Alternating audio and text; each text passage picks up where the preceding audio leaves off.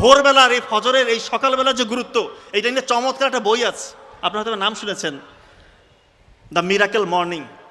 অনেকে হয়তো নাম শুনে থাকতে পারেন, দ্য মিরাকেল মর্নিং। রাইটার হল এলরোড, তার জীবনের গল্প, উনি তার নিজের জীবনের গল্প এখানে বলেছেন। উনি অল্প সময়ে অনেক ফেম, টাকা পয়সা কামিয়েছিলেন। এরপরে একটা সড়ক দুর্ঘটনায় ওনার জীবনে একটা দুর্বিষহ অবস্থা চলে আসে। কেউ বলে না যে উনি উঠে দাঁড়াতে পারবে, সুস্থ হইতে পারবে, কেউ বলে না। সব জায়গায় দাঁড়িয়ে দাঁড়িয়ে ঘুচে কি করলে পরে আমি আগের মতো আমার যে আল্লাহ তাআলা যে বরকতগুলো দিয়েছিল সেটা আমি আবার ফিরে পাবো। এক জায়গায় গেলেন, খুব শুভাকাঙ্ক্ষী, উনি বলতেছে তুমি ফজরে উঠো, উঠে এই কাজগুলো করো, মানে সকালবেলা উঠতে বলেছেন।